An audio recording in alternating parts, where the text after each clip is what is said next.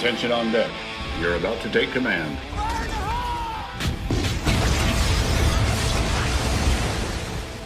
Welcome to the bunker.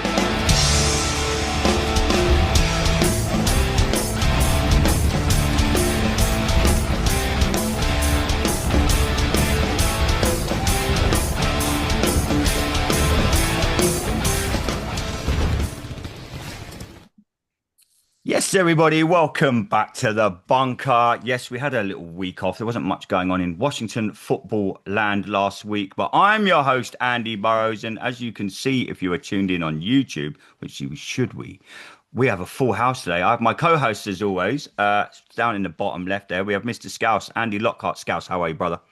Yeah, I'm good, pal. I'm good. How things with you? Things are good. Things are good with me, my friend. Things are good. It's actually sunny down here in good old London for once. Nice. In the top left, we have my other co-host sitting there on his iPad, Mr. Jesse Martin. Jesse, how are you, sir? Fantastic, man. Good to see you as always. Good to see you. Up in the top right, we have royalty still again in the house, the Washington Commanders International Fan of the Year, Mr. Scott Hartley. Scott, how are you, sir? All good, Andy. Thank you for having me on. It's great to see Jesse, Andrew as well. No problem, my friend. And we have a very special guest, someone who reached out to me a couple of weeks ago and kindly had me on over doing his media commitments from WUSA 9, Mr. Eric Flack. Eric, how are you, sir? What's up, Andy? How are you? I'm good, my man. It's good to finally get you on the bunker, my man. We've both followed each other on social media for a long time. It's good to have you on our show, my friend. Absolutely. I'm stoked to be here. Eric, obviously, some of the news that you recently broke a couple of weeks ago was the great news that the Washington Commanders are going to be moving back to the RFK site in DC. Just wondering if you've heard any more developments on where we are with that process, because like we said at the time, it's not like we're going to say, okay, we're going back to RFK, let's start building. There's still a lot of pushback. I saw a lot of media stuff being broadcast from the States and over here in the UK saying, hey, this isn't as easy as Josh Harris going, we're moving to RFK. What's the latest you can tell us, Eric? Yeah, I mean, I think politicians are going to politics, and there are members of the DC Council who still have to ratify the plan that are trying to put up various roadblocks and raise concerns. But, from my perspective, the biggest headline has been really the fact that the pushback hasn't been as great. And I think, the people who are working on this within the team and even the people I speak with on the mayor's side are both expecting this to ultimately pass. And there is a process it has to go through. They just submitted their budget a couple of days ago. The mayor did, and there's a procedure. Yeah, there's a procedure that they have 70 days. The council does to kind of ratify it. That process has just begun.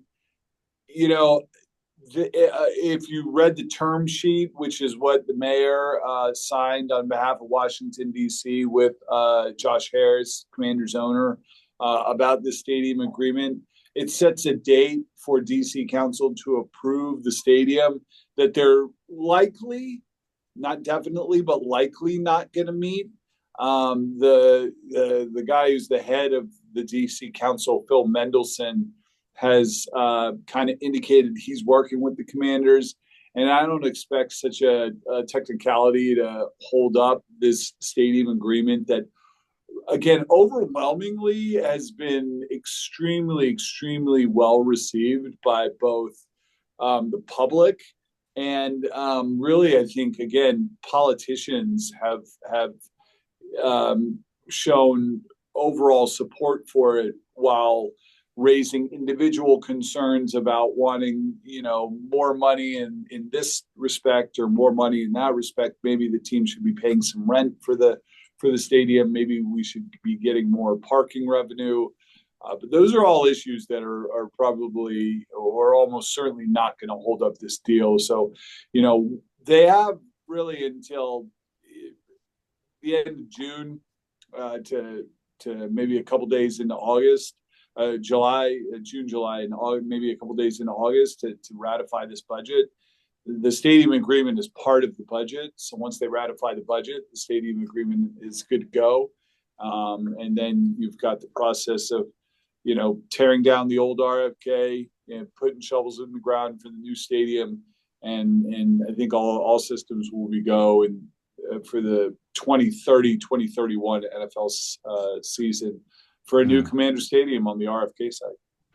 Eric, is how much has Josh Harris played a role in this? Because when the RFK site's been mentioned in years gone by, and Jesse's told, when we've been over in the States, we've been over for week one and we've chatted to people over there like it's never happening. Is this purely now what Josh Harris and his team bring to the table, that there's not really much pushback? Because yes, there's going to be certain people that might have certain things against this, but it's going to benefit the city. It's going to provide jobs. They're going to build housing. Is this purely what Josh Harris and his team have presented to the people, the powers that be, the government, etc., then that wouldn't have happened under we know who?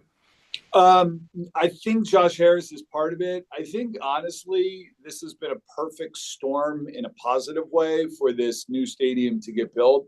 I think new ownership and getting Snyder out of there was step one, and that was like a cleansing. I think you can't underestimate or undersell the impact of the Jaden Daniels lottery we won and the season they had last year, which took what was already a positive vibe around Josh Harris's ownership. And remember, he was owner under the last year of Rivera. I mean, he had just become owner, so nothing changed, and that was by design.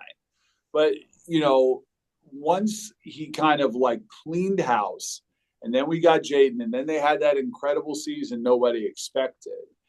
And then you kind of mix in the fact that because of the effect of President Trump and the government layoffs and DC's economy, which was already hurt and hit and never recovered from the impact of the COVID shutdown and all the office people leaving the office space in DC. And for those of your listeners or viewers who haven't been to DC, I mean, downtown DC is primarily office space, which all just kind of got vacated after COVID.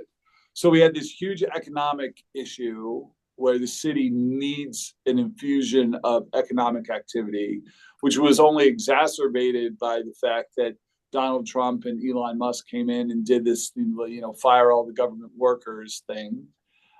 Which only added to the problems that we're having. And then you have this football team that is the toast of the town again. And then they're really, really good. And then you have this owner that actually is liked by the guy in the White House. And then you had a mayor, keep in mind, who has been in office for a number of years, who on day one said, I'm going to bring the Commanders back to D.C. At the time, they were the Redskins.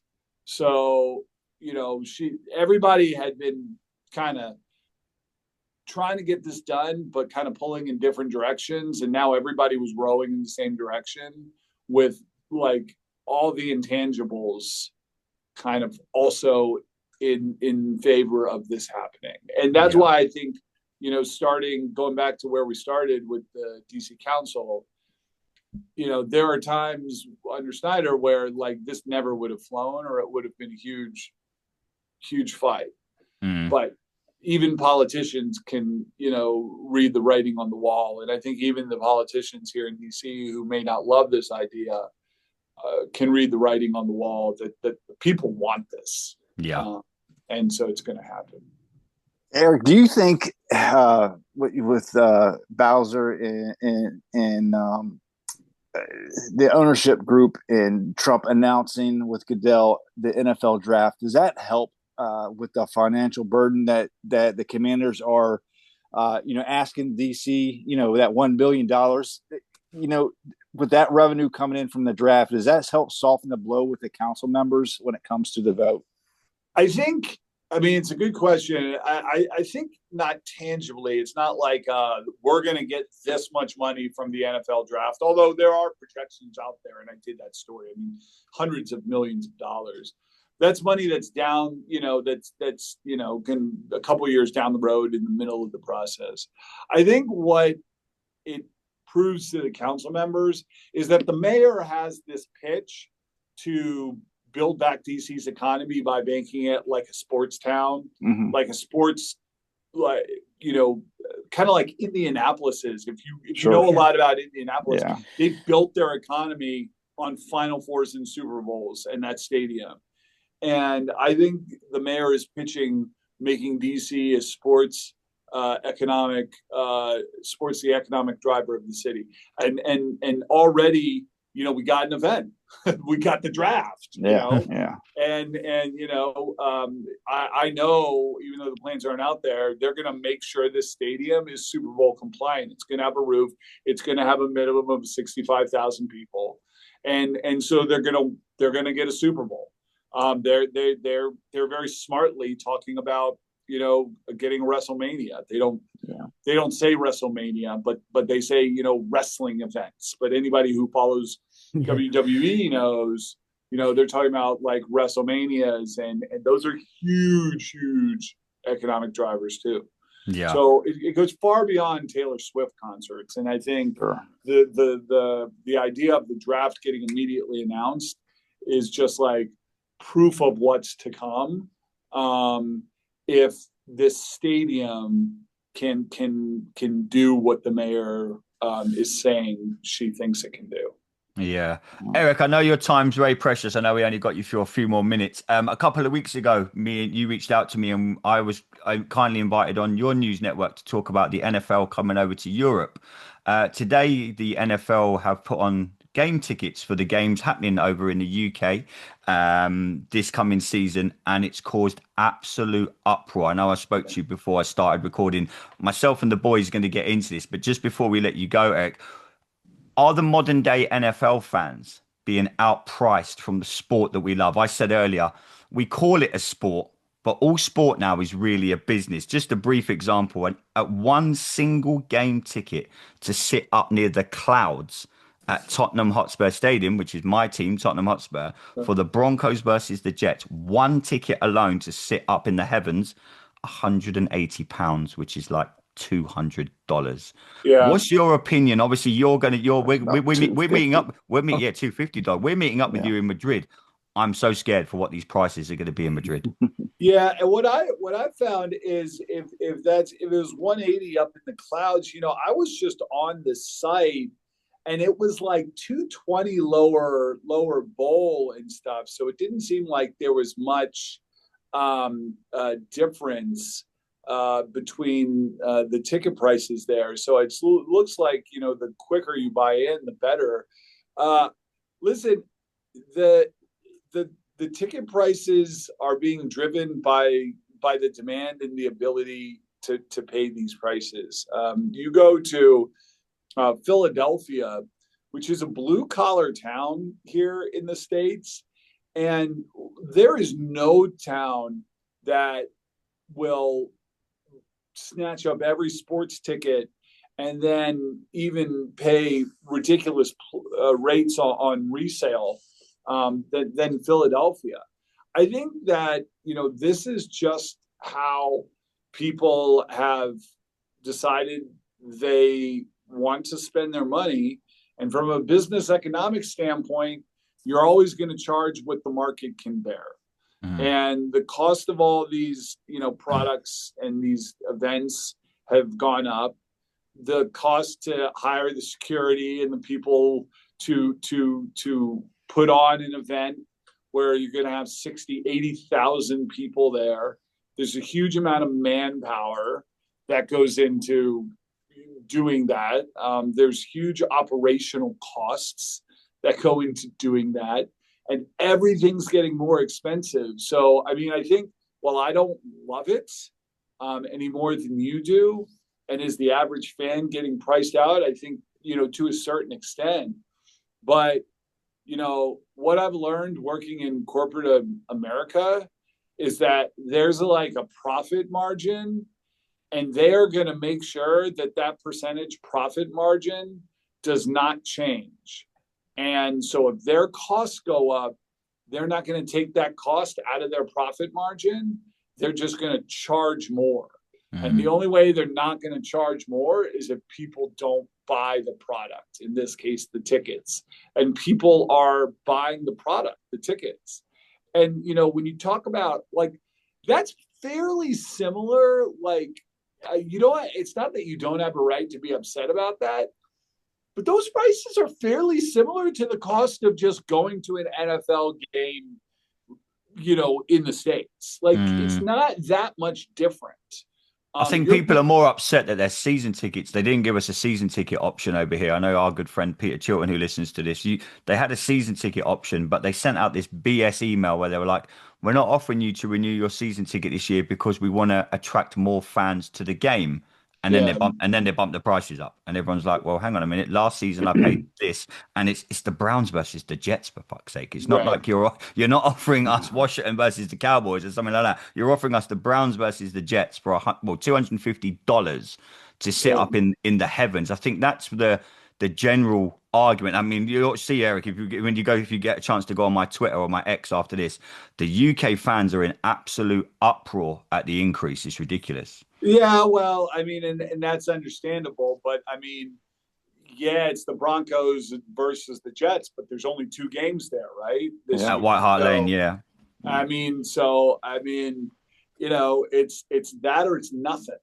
And you know, I mean, if you know, if you want to choose nothing, you can, and eventually, if they get empty stadiums, they'll figure it out. But you know, like, I mean, I went on that site I didn't look at the Broncos Jets. I was looking at the first game. Vikings, but you know, the Vikings game. I mean, but the entire upper level is still like available. The end zones are still available. So it's not like the place sold out. No, right. I think because of the uproar, everyone's like, I can't afford. I mean, I can take an individual ticket, but I don't want to go to the game on my own. I might want to go with my wife, my daughter, some friends. You're thinking, sheesh, if we all want to sit together, you're looking at $1,000 or more. Yeah, right? or more. You know, to Eric's point, you know, I had season tickets 3 years ago. I got them again this year. I'm sitting right around where I sat 3 years ago. Same kind of seat. I mean, it's almost $3,000 more expensive this year than it was 3 years ago. Yeah, but now we're good though. That's the Jaden Daniels effect. Yeah, we're good now. There. Yeah. Just imagine what ticket prices are going to be in the new 5 stadium. years. That's why I got them now, because I'm not going to be able to afford them. Yeah, 5 years from now, 5 years of price increases in that new stadium. Mm-hmm. Wow. I mean, every seat will come with a permanent seat license. Every seat, even the nosebleeds. Yeah. It's going to be insane. It's going to be crazy. You know, it's going to be. Eric, thank you so much for joining us. I know your time's precious. You've got to go and you've actually got to go and do like proper broadcasting. Don't sit with us U-Hars over here in the UK. Not at all. But Eric, I know you're hitting. I don't know if you're going to be there week 1. We're heading over for the week 1 game, but I know you're coming over to Madrid, my friend. I can't wait to come and buy you a pint. Sounds amazing. All right, thanks guys so much. Thanks, Eric. Take care, my friend. Thanks for joining us, brother. Thank you. You got it. Thank you. Boys, Jesse, I'm going to really apologize for this episode. I did say that I would get into it for my UK friends over here because I put out a tweet earlier about the ticket pricing. We are going to talk Commanders, I promise. So anyone waiting for Commanders chat, it's 100% going to happen. We'll get into it all, but it's such a big issue over here today. Scouse, Scott, and then Scotty, me and you were talking before we started recording about the Rams and the Jags at Wembley. Very affordable, easily. I know people say, well, it's only the Rams and the Jags. Yeah, that's weird how different the prices are. So Wembley obviously, Khan owns half of Wembley. The Wembley game, even though it's associated with the NFL, isn't actually run entirely by the NFL because Wembley Stadium is separate and Khan owns a percentage of Wembley Stadium. Yeah, it's run through the Jaguars directly. It's run through the Jaguars directly. So I was doing some research about like how do they allocate some of these funds for these games. And from what I hear, they pay a rental fee for the stadium itself. Whoever owns the stadium. And I guess that's why maybe it's a little bit cheaper with Khan. Yeah, it's cheaper than Daniel Levy at Tottenham. Of course and then basically the home team sets the freaking prices. Yeah. I mean, I can share my screen here. If you look at this, so this is Tottenham Hotspur's prices. Can you boys see that? Have I done it right? Yeah. Yeah, Starting so to starting come in up, yeah. 2019, look at category one was 125 Hasn't pounds. hasn't come Obviously, up yet, mate, on is my it not one. there? Oh, No, it's not could there, everyone else mate. see it? No. Not yet. Yeah, Oh, there it there is. we go. Yeah, got There it. you we go. go. So in 2019, it was 125 pounds for a category one, and you go through to 2025, it's 230 pounds. Again, this is just at White Hart Lane at my team's stadium. Category Just at two. Tottenham. That Tottenham, yeah, the Yeah. mighty okay. champions of Europe, if you please. Category two, Second tier, second. champions of Europe. Category two tickets back in 2019, 115. Category seven, so we're going nosebleeds now, at £55 now to £130. And look, I get what Eric is saying. I really do. I mean, it's supply and demand. I said earlier, if I was a Browns, Jets, Vikings fan, etc., Rams, we're gonna have to pay a price to go and watch Washington in Madrid. I get that. You're gonna go and pay what you want to see your team pay. I just think nowadays the modern day sports fan, and I'm going all sports here. Someone mentioned to me Sure. earlier that they were going to go to a ice hockey game. I'm going to just try and Yeah. find some tweets here, and it's absolutely ridiculous now to go to an ice hockey game. I mean, boys, I don't know. Jesse, is it different? Obviously, we're lucky. We come over to the States all the time. We kind of know what we pay ticket prices. Myself and Hartley, I've got the season ticket. Obviously, is it an issue over there in the States as much as it's kicked off over here today, Jesse? Yeah, absolutely. I even this year, like for my birthday, I try to pick a weekend. My birthday's in November, and when the Skins are home, I usually I get lucky and hit the trifecta with all the Caps are at home and the Wizards. So Friday night I'm going to the Caps game, Saturday night I'm going to the Wizards game, and then Sunday you got the football game. But even the basketball, even as bad as the Wizard games, are, even a decent seat, it's gone up everywhere. And I guess what Eric was saying, the price of everything has gone up. Wages have gone up. Electricity, power has gone. I just found up. I found a tweet about the hockey, Jesse. TJ tweeted me. He said it's really sad, man, making it impossible for family to all go out to a game. Hell, even local. So this is his local minor hockey league team. It costs him over $100 just to get in the door. With one of them being a 2-year-old kid. It gets everyone a drink, a snack, and a puck. That's another $100 gone. This guy spent $200 before he's really done anything. Before the games even started. Scouse, how does it work with you with Liverpool, etc.? Them sort of tickets. They just robbed the ticket. They just robbed. Nah, come on. Can you actually get a ticket these days, or is it impossible for you to get a ticket? For the normal layman's fan like me, yeah, it's very difficult to go. Tourists, even when you go Tottenham, Scouse, it's full of tourists. Yeah, exactly. Is that what it's like now in the Premiership? StubHub's killed it. StubHub has killed sport for everyone because people will pay these extortionate rates. I've got a few friends that are Liverpool fans like Scouse. They can't get to games. It's people who can't who are coming from different countries for holidays. So they want to experience the big atmosphere. To watch Liverpool at Anfield. Blah blah blah blah blah. And the thing is that one, that drives prices up, but two, also we can't get a normal ticket, and most of the seats now are corporate or hospitality based, and which are like Scouse, you can get a corporate ticket at White Hart Lane for the same game I just mentioned. That you mentioned in our WhatsApp chat earlier. You might as well go Premier. The basic premium package where you get a ticket, some beers, and halftime snacks. It's only £359. You're paying 180 odd to sit up in the gods. You might as well pay the extra few quid, have a comfy seat, and get some beers. Exactly, that's what I mean. You might as well just go all out. Oh, you know what? So an extra £100, you're going to spend that on beer anyway. Yeah, you're going to spend that on booze. I mean, is it? Back to your point though, Burrows. That, like, looking at them prices there. I mean, how has it gone up 146% on a Category 7 ticket in 5 years? And that's absolutely. I think it comes back to what Eric was saying. We'll use Washington as a prime example because we are here to talk about the Commanders. Jesse mentioned his season ticket there. Hartley, ours went up this season. We sit in the gods. Our tickets were up in the heavens. We got it because, we just, and I'm glad we did now because it's going to help us out possibly get Madrid tickets. But, I think it is supply and demand. There's never going to come a stage, and it would be great because I listen to Talk Sport over here for the UK people listening. It's obviously the biggest sports radio phone in the UK. And they mentioned one day you could get to a stage, I don't think it will ever happen, where fans go, fuck it, I'm not turning up. But what happens is, back to Scouse's point earlier, all the tourists will go, we'll have them. You can get Yeah. 60, 70,000 tourists into White Hart Lane, into Wembley Stadium, into Northwest The Stadium. atmosphere If all the sucks if all the because of Commanders fans, if all the Commanders fans went, fuck it, we're not going. All right, well, tourists will turn up. Look how easy it is to hop on a plane. They say if you're in the States, it's so easy and cheap to hop on a plane to go to Green Bay for week 2. I mean, you're paying $150 for the plane ride from DC to Green Bay. Get a ticket for $100. That's $200 for a weekend trip. Add on a staying at a hotel. It's another $100. That's $300 to go to a stadium you never gone to. I mean, look at what we did in Arizona. Was it last year? We took over that stadium. So it's easy. Sometimes it's easier and cheaper to go to away games than it is to go to your home team, especially when your team's good. Smedley messaged us. He said it's £460 just to go to the Formula One.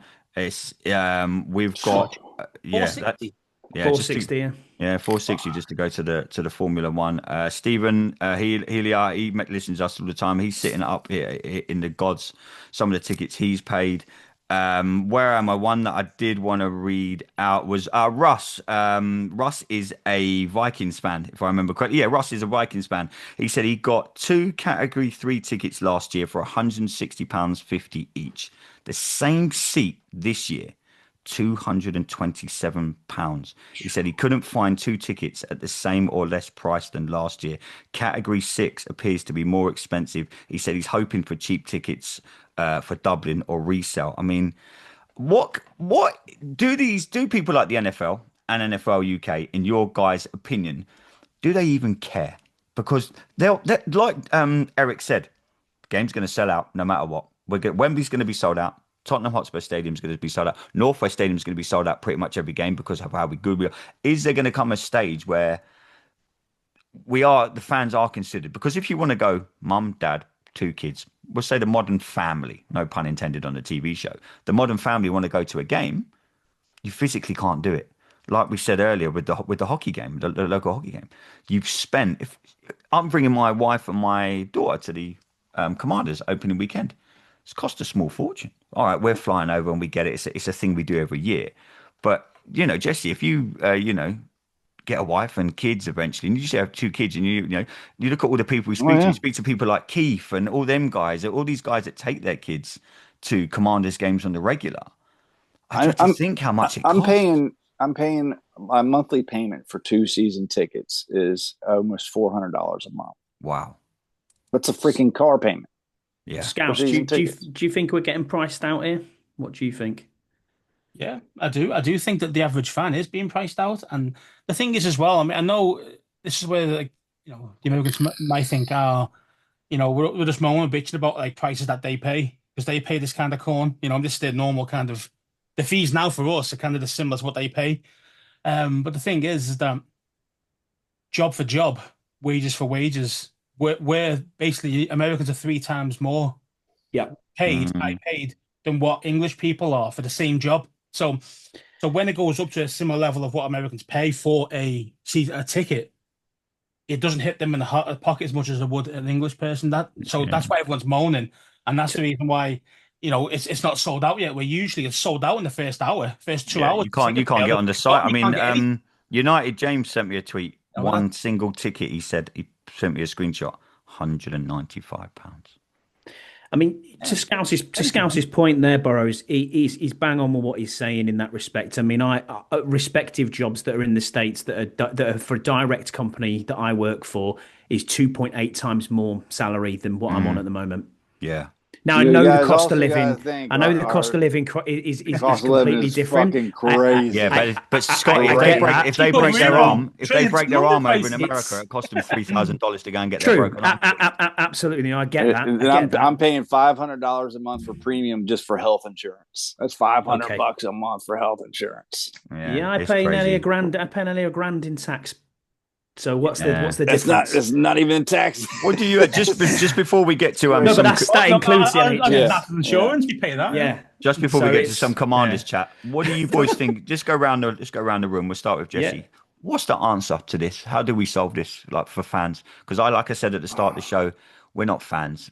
We're customers. It's a business, and I get sport has become sport isn't what sport was in the 80s. You know, I remember my dad taking me to my first game of soccer, football over here. £2.50, £3. That's why Scotty and Scouse, you're the tone to this. This is why I like my non-league football. Our amateur football over here in the UK. For everyone listening to the States, you can come and watch a game for like $5, and you know, it's not the Premier League. I get that, but I mean, let's go around the room. Jesse, is there a way to solve this? Because it's worldwide. It's in the States, the ticket pricing, and it's here in the UK. It's very tough. I think one of the main issues is, I'm just putting Josh Harris for example. You know, he just paid $6 billion for this team, and then he's also trying to, going to put up another $4 billion for a stadium. Basically, he's got to be able to recoup some of that money somewhere. So I understand the tickets prices going up. It is a supply and demand. But what really, really hurts is, the Commanders, and they're trying to do everything they can to keep from these resellers from stop gobbling up all these tickets and getting them to away fans. But the resale market is absolutely batshit crazy. But when you have a hot commodity like the Commanders are, like the NFL as a whole is, the more popular it gets, the more expensive it's going to get. This is a capitalist country. The owners are in it for money, and any way they can get money, they're going to do it. If they're going to raise the prices, they're going to raise the prices, and it's not just them. I mean, they still got everything is getting more expensive. Everything from groceries to insurance, to car insurance, to power, to everything is going. So as that goes, the price of tickets is going to go up too. Yeah, for your average layman. I mean, we're lucky. Scotty's off the day of the Madrid ticket release, so thank God we've got someone. Go on, Scouse. Sorry, bro. Piggyback off what Jess said there. Expensive and power has gone right up. Electricity. We pay the most in the world in the UK.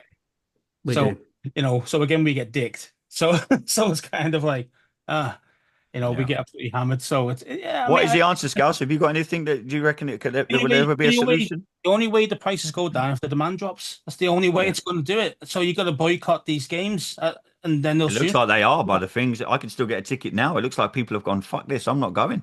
Yeah, look at the people that tweeted us. That should be an eye opener. That should be an eye opener for the NFL. Really.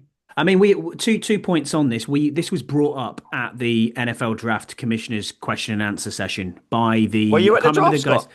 Yeah, I might have been. The guy who I might have been on Commander's Log 29 minutes. Anyway, just to put that in. No, the guy who brought it up, who was the fan of the year for the Lions, I believe, a couple of years back. Guy, Millwall fan. He brought it up about the season tickets and people getting shafted, and said, "Look, what are you going to do about this?" And Goodell, in all honesty, gave him a typical politician's wishy-washy answer. Didn't give a shit. No, and then the only way around it is what fan bases are doing at the moment, and I hope this continues, and I really do hope it happens, is that you can join a fan group for, say, the Browns. So the Browns have got a big fan base group in the UK, or you've got UK and Ireland Jets, for example. They can hold and block tickets. So if you want a ticket in that block with the rest of the fan base, that these are genuine diehard supporters, like we are for the Commanders, they will buy a block booking of tickets and then hand them out to the correct fans. So Kelly, who's the International Fan of the Year for the Browns, she's had 950 tickets since Monday. And now she's dishing them out to people. So that works. And that works to hopefully bring them price. It's not going to change the pricing. I get that. But if you're in early enough, you can get cheaper tickets. So, for example, the Jets game, the cheapest tickets were £77 each.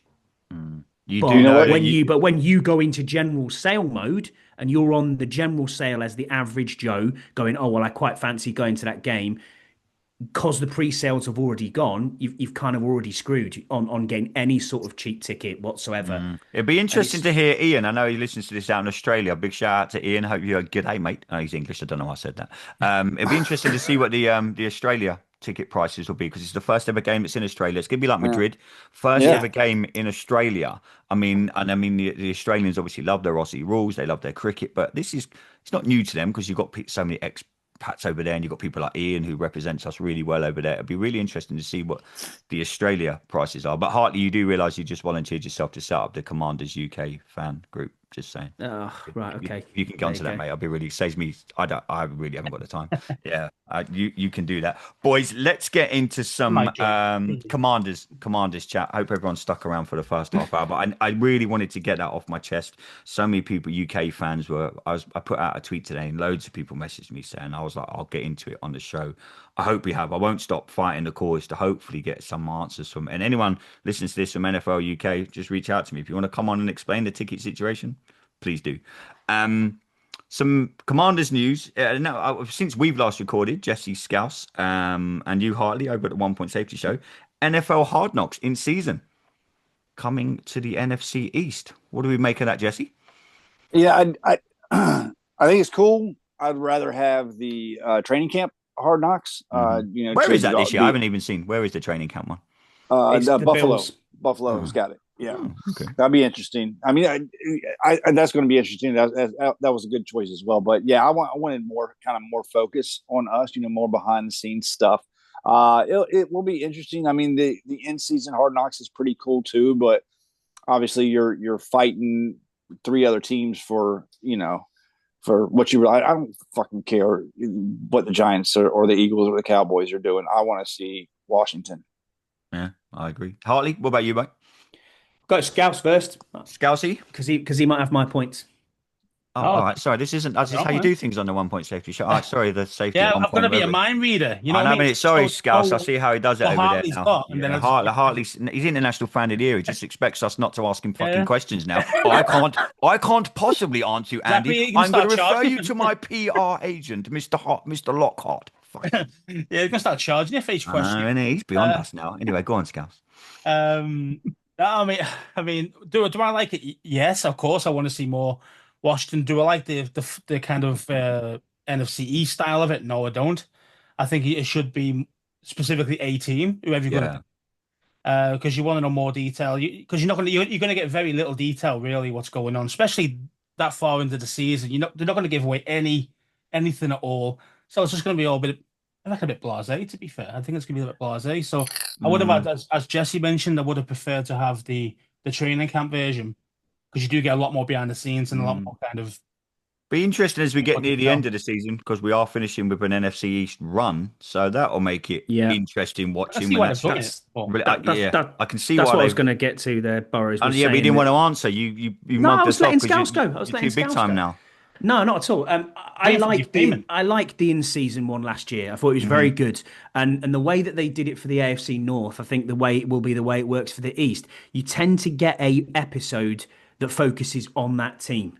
So it's normally like 4 episodes towards the end. Right. It isn't more than 10 minutes. I mean, the Browns got very little. That was the fact. The Bengals didn't get much at all, to be fair, but it was mainly situated around the Steelers and the Ravens. But what was good is you saw it from both sides when they're playing each other. So you had, I think it was the Steelers were playing the Ravens one week, and you had probably about 40 minutes of the show talking between each time. You had Tomlin talking, then you had Harbaugh, and you're showing the various bits and pieces. Would I have preferred the training camp version? Absolutely, yeah, no doubt about it. I would have preferred that one. But is it too intrusive? As Scouse pointed out, to his point, do you think it's going to be too much that we get the Hard Knocks there? Will it put people off? I don't think it will, because we've already got social media in the locker rooms afterwards. We've always got all these interviews. Yeah, it's just going to be a heightened version of that, in it, kind of thing. Yeah. I think sometimes it's quite like, sometimes you've got, like, as a player, you've got that kind of space. That when you're in the locker room, not after the game, when they're gone, know where you're at, and you know that you can be yourself in that area where you won't be able to do that now. So a lot of these guys might be treading on eggshells, thinking, if I say the wrong thing here, they're going to do me on Hard Knocks, and they might not be themselves. That's the whole point of a team camaraderie, is to be yourself and mingle together and all the rest. And that could be a detriment. Yeah, no, interesting. Boys, one other, and the yearly chat of who isn't at OTAs, I find it absolutely fucking fascinating. Why? I don't know if it's clickbait, if the media do it. Obviously, Terry's not at OTAs. Whoa. Jesse, is Terry currently negotiating a new contract, do you think? I've read a few bit. I've tried to stay away from it really because it's voluntary, for fuck's sake. He doesn't have to be at OTAs. Terry's going to sign a new deal, right?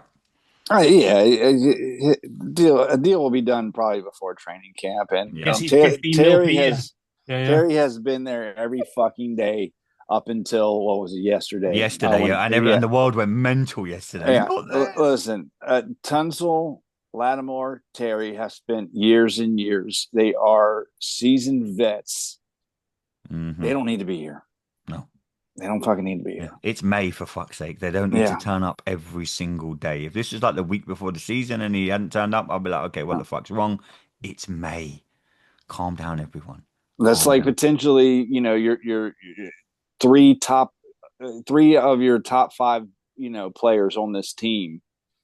It's freaking May, man. They spend most of the day in baseball caps throwing the ball around. Yeah. I mean, if it was like Quan Martin or, one of the rookies or a second or third year player, maybe that'd be a different story. But we're talking about seasoned veterans that have been through all these OTAs and camps and know what they're going on about. Yeah. No, it's ridiculous. How much are you going to get me? How much are you going to get, Terry, on his contract? Yeesh. I'm thinking probably even 28, 29. That's higher than usual from you. You know, say 12 and stuff like that, and 16. I know, but he's elite scout. To be fair, you did. You were saying 17 million a year. That's all I'd give him. Yeah, but he's elite, isn't he? You've got to pay the elite. The elite get paid, boys. That's all I'm saying. Scouts, I got to come to you with this, brother, because this is. When I saw it, I read an article today about this. I was like, please tell me Scouts is on the show tonight. Okay, is Andrew Wiley going to get a second chance with the Commanders? I read the article. Obviously, with Brandon Coleman moving to right tackle, I get it. He could play guard. I read an article today about Andrew Wiley. This is kind of like a second chance at the Commanders. There was only one person I wanted to ask this question to, mate, knowing how much you fucking hate this dude. It was you. Is this season a second chance? Is this a second chance season for Andrew Wiley, in your opinion? Like, look at him. No, I just don't think it is. I mean, I think the guy is going to be gone at the end of the season, mate. It's as simple as that. Forget second chances. This guy's had so many chances and he's blowing half the time every time he plays. So for me, it's like, nah, he's definitely going to be a goner, bro, 100%. He'll be reasonable backup. I think he won't be starting. I do believe Coleman will beat him out if that was a true competition. Yeah, they're saying Brandon Coleman's going to go to right tackle. Obviously, like they said, he can play guard, and that's why they're mentioned. Obviously, you've got Josh Cornelly as well. Where does he fit into that whole? That's where I was thinking. Is he going to start? Right, yes, you don't know if he's. I mean, you'd like to think his first round he would start, but you don't know yet. When he was drafted, I tried to say, everybody jumped on my back. I said, "Hey, Connolly might not be ready right away, so I think we need to be patient. I think he's going to be our future." Because Tunsil is only going to be here for a couple of years, probably tops. I think Connolly is going to be our future left tackle, like long-term 15-year left tackle. But don't be surprised if he's not a starter right away or if he starts inside. I definitely see that happen. He definitely, has a ways to go. His play strength has to get up. And, I could definitely see Brandon Coleman starting a right tackle.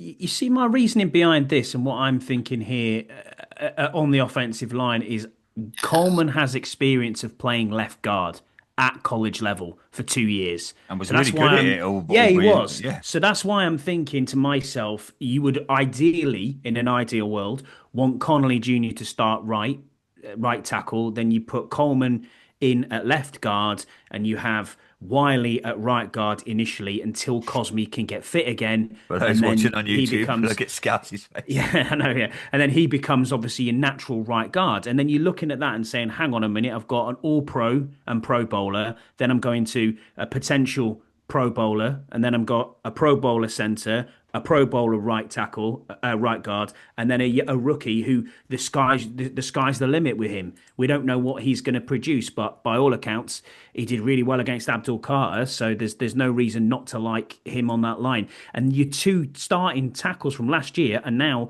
you're starting guards, and your backups are going to be very Position very good. flex. Yeah, almost. But your backups are going to be very good. So it goes from being what was the flex.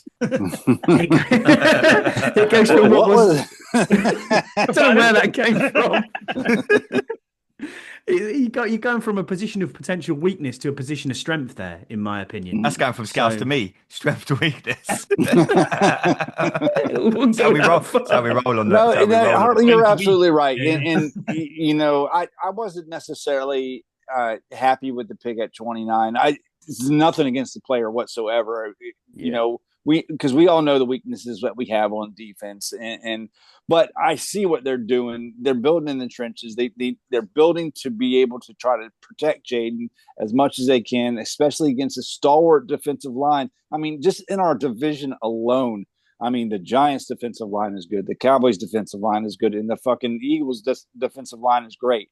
So I get it. I totally get it. And, we bitched about depth for years and years and years and years. And if you have Wiley as your backup tackle / guard, that's pretty fucking good. Yeah. We haven't even mentioned the other guys. I mean, Allegretti, Chris Paul, Herbig, so they really, if someone gets goes down, at least we're not sitting there now like we did a couple of seasons ago, like who the fuck picking is this people guy off the coming street. in? Yeah, we didn't have. Like, I remember in our WhatsApp chat like a couple of seasons ago, everyone losing their shit. Like, who the fuck's this guy coming in? He was a Ray Child or something. Get out of the back half. Stevie Wonder was coming in at left tackle. It was like fucking ridiculous, bro. Stevie Wonder's playing right guard. His dog was fucking. His his dog was playing swing. I didn't know what was going on, but yeah, it was ridiculous. Swing ball. Some quotes from Jayden Daniels this week, really interesting. He got asked about obviously second season syndrome within the NFL. He basically come out and said, "Look, I need to prove myself every game, shut out the outside noise." He was asked how he's going to adjust mentally, and that's what he said. He said, "Look, I'm just here to prove myself every game, shut out the outside noise." Jesse, what are we expecting? We're expecting any second season syndrome to hit? I personally don't think it was. Again, I was reading some articles today about it, and I don't think personally it will happen. I think with our schedule being tougher this year, I think we're going to see a better Jayden Daniels. Yeah, it's. I definitely don't see no second season slump. The thing about Jayden Daniels, he eats, sleeps, and lives football all day long. He's because his mum won't let him chat to women. That's true. Thanks. But Stick the ball, kid, boy. Stick the ball. the kid wants to be great, and I think he's going to be great. And he doesn't let and due to his mom too. There's no distractions for him, man. He's taken his fame and has put it in a box and put it in the back of his head, and is still doing everything that he needs to do to make himself better. Yeah, we have a tougher schedule. No, I don't think we're going to win 12 games this year, but I still think he's going to have a successful season and build off of what he did last year and become better. Gaucy? Yeah, I just think, a lot of people are going to compare CJ Stroud to good shot. guy. And he had a down year. They got to the playoffs, but the thing is, Stroud didn't have a down year. The team had a down year around him. Yeah, exactly if you finished their offensive line was completely shot. And they didn't improve anything for him in the offense at all. From the year before last, there's no like first round draft picks being spent on the offense. There was nothing, right? So he had everyone's going, he had a down year. He still got to the playoffs. You know what I mean? But it's like it's levels there. He's still at a high level, but there was a slump, and people are going to call it a slump, even though he had an okay season. Do you know what I mean? So I just don't want that to happen to Jayden, and I don't think that will happen because of the players that we've actually playing against better players. I reckon you're going to see him really step up even more. Yeah, I think you're right. And Scouse, to your point about Houston, you're absolutely bang on with what you're saying there. But when you lose the two probably best players on offense for them through injuries in Dell and Nico Collins for a lot of the year, the only standout in the offensive line was Tunsil, and he's now been traded to us. So the offensive yeah, line's crap, so watch him go they're down going to again. struggle again. Well, that's what I like about what Peters has done. You know what I mean? He's actually got offensive linemen in and actually made big trades. So, yeah, again, protect the merchandise. Yeah, you're gonna have to, because Jaden's gonna have to put up 30+ points a game to win, because I just don't see our defense, even though we did a really good job on fixing our cornerback. You're not allowed to be doom and gloom in May. It's just who I am. This isn't game day. You save this shit for game day when you storm off the group chat after one play. We did a really good job of fixing the defensive back room, but it doesn't matter how good you are if you can't rush the passer. Their receivers are going to get open, and that's the one worry I have for this season. Yeah, Trey Hendrickson inbound next week, Jesse. Don't worry. Jesus Christ! Oh fuck's sake! I'll clip that. Boys, another little NFL news. It's quite funny. I read something this day. I read a lot of NFL stuff today. I had quite a lot of time on my hands this afternoon. Steelers legend Terry Bradshaw called the Aaron Rodgers move an absolute fucking joke. What do you boys make of that? Just, I know we usually talk Commanders here, but we've been doing a little bit of it. There's not much news to talk about this week. So what is Aaron Rodgers? Is he? It looks like he is actually going to go to the Steelers. I mean, bearing in mind they've got Mason Rudolph coming back after a year out. They've got the 6th round pick in Will Howard there. Skylar Thompson. Yeah, they don't have a quarterback. Haven't got a quarterback. They got to bring him in. And Bradshaw's 100% right. He needs to be put out to pasture. You know, was he 41? It's just Bradshaw go now away. Aaron Rodgers need to go away. You remember this fan base wanted Aaron Rodgers to come here. Everyone said that about Brady when he went to Tampa and he won a fucking Super Bowl. Yeah, but Brady just came off Super Bowl. There's a difference, yeah. Scouse is bang on. He's toxic. I mean, fancy looking at the options that you have out there. You've alienated the Steelers completely because OTAs have already started and you haven't signed anywhere. You've also and Mike Tomlin went out on a limb and kind of went, well, we're looking. That's what we're looking at doing. And then you say to yourself, well, okay, where else can I go? And he literally sat on a podcast and said, I don't want to play in Louisiana. So the Saints are out. And it's like, I get what you're trying to do. I mean, the Saints have got a real problem at quarterback as well. But where else can you go? Are you hoping to go to Minnesota? Go and host Jeopardy or something. That was his initial plan. That's what he wanted to do. But the Steelers should have never got rid of. They should have re-signed Russell Wilson. And it was just stupid letting him go because he wasn't bad with. Now you got a guy coming that hasn't played for a year in Rudolph. He hasn't played for a whole fucking year, and he hasn't played. He hasn't played at all. Ever, yeah. Backup his whole entire career. He's been injured for a year. 5 games his whole career. Yeah, he's played 5 games. Exactly. All he's most famous for is getting hit in the head by Myles Garrett with a helmet. Yeah, after calling him an N-word. After calling him a word you should not say ever. Exactly that. Exactly. Hartley, thanks for joining us, mate. There was no worries, safety 1 point, whatever it's fucking called today. Show us some respect, bro. Sorry, there was no. This is what we do. You're on the bunker now, Scouse. You don't 17-point safety show. The 17-point fucking fan of the year safety show, whatever it's called. When is the next 1.17 millionth safety show fan of the year dropping? It is going to be next Thursday. We'll be on because we'll have a little bit more to talk about. Because that's why we didn't do fuck all last week because there was nothing happening. But yeah, Scotty, really glad that you could jump on with us, mate. I know you're going to the Jags game, right? At Wembley, got ticket for that? I am. Yeah, I'm taking the wife, and weirdly enough, after 45 minutes of me getting my tickets, Alid dropped in the chat and said, "Oh, I've got my tickets," and he's got the 2 seats exactly. You do realise whoever Alid is supporting that game is going to lose because every time he goes to a fucking game, he's not coming week 1. Is Alid coming week 1? Alid, no, he's not. No, he's not. He always loses, doesn't he? Honestly, he's not coming to Spain, is he? Is Alid coming to Madrid? Alid, tweet us. Alid, let us know if you're coming to Madrid because if you are, I might cancel my flight. I want to win that game. It's only away games that he loses out. Technically, Madrid's away. He's not away. Madrid is away. Oh, it is, yeah. We're not the home team. We're not. But boys, I know we've all got our tickets for week 1, so all of us now are going to be at the Giants game. I know it's Hartley, you're bringing your family out. I'm bringing my family out to DC. Jesse has kindly sorted out fucking amazing accommodation this year. Cameron's coming. There's absolutely loads of us coming week 1 this year to the Giants game. So make sure you come and find us. It's a tradition now. I think it's going to go on for years and years. And obviously, absolutely. Depending on get tickets. I mean, we struggled this year to get as many. We did, and shout out to Freddie. It was Shout out to Freddie for getting us tickets for week 1. Pray to God that we get tickets for Madrid because our flights and accommodation are booked. Shout out to Jesse for getting Scouts a ticket. Yeah. He used to sit next to me. Now you sounded just like me, Jesse. You mug. Yeah, fuck him. Sorry. Like I said, anyone wants to check us out, just go on to YouTube, type in The Bunker Podcast. And no, not the Hitler one, as I always say. Keep scrolling down. You'll see the Washington logo. You can find us on Apple. You can find us on Spotify.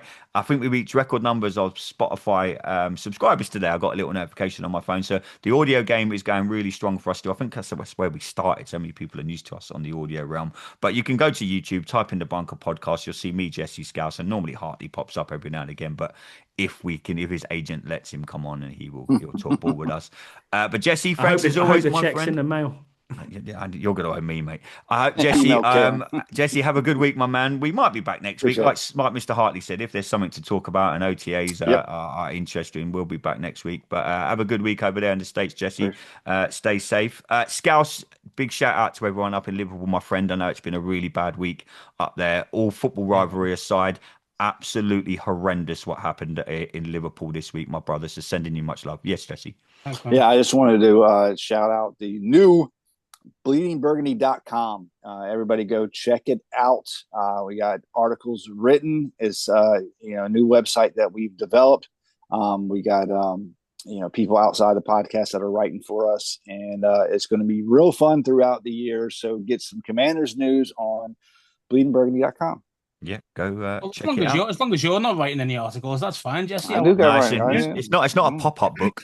You can check us out. You can check us out on social media on X at Commander Bunker. It's where you can find us. You can also find us on Facebook if anyone still uses that. Just go in and type The Bunker Podcast. But we'll be back hopefully next week or the week after. Whenever there's some news to talk about, we'll be back. But big shout out to all the UK guys that reached out to me about the ticket price, and I hope we've done you justice talking about it. And it won't be the last time that we get into it. And I'm going to keep badgering NFL UK till they pull their fingers out their asses. But this has been another episode of The Bunker. I've been your host, Andy Burrows. That's been Jesse Martin, Mr. Scouse, Andy Lockhart, and superfan himself, Mr. Scotty Hartley. Till next time, everybody, bunker down. Stay safe.